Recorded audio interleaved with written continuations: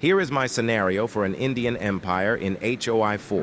In 1936, the British Raj would suffer through a bloody but quick civil war, which ultimately culminated in a free Indian state. A fascist government was in power, though, and it went on to gobble up anything that surrounded it. With its vast armies, it overran weak, newly found states. Already they began to have troubles while invading Afghanistan. Its massive mountain ranges and tight funnels would nil India's manpower advantage, and they would suffer heavy casualties from it all.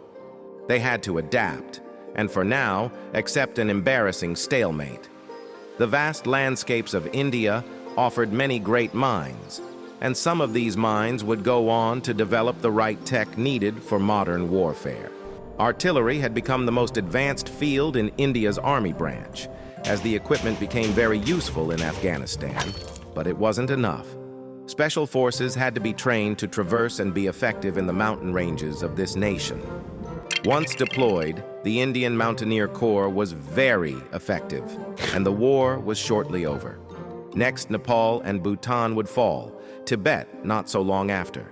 Indian armies began marching to Siam, but began to notice on the way how tight their supply lines were getting and how with each day it took longer and longer to get food. With war being declared on Siam, they simply could not compete. The jungles and wilderness near the front line was truly awful. Nothing can overcome nature, so the Indians decided to rather cooperate with it, using the sea.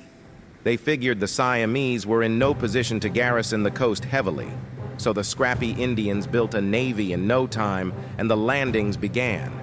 Siam was in an uninviable position, where their entire government was centralized in Bangkok, the only urbanized area in the country. Taking it proved fatal. Exploiting Siamese rubber proved very lucrative. It became one of the cornerstones of their strong trade emporium.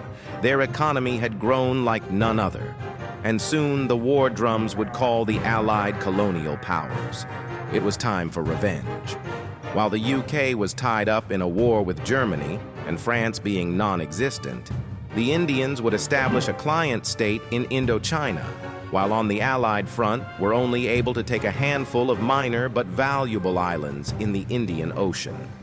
Singapore was a meat grinder because of it being built as a stronghold in anticipation of this very situation. India had to develop an air force in order to combat the RAF and break the stalemate. 500 fighters and 200 close air support planes would fight over Singapore, the Indians winning and Singapore falling shortly after.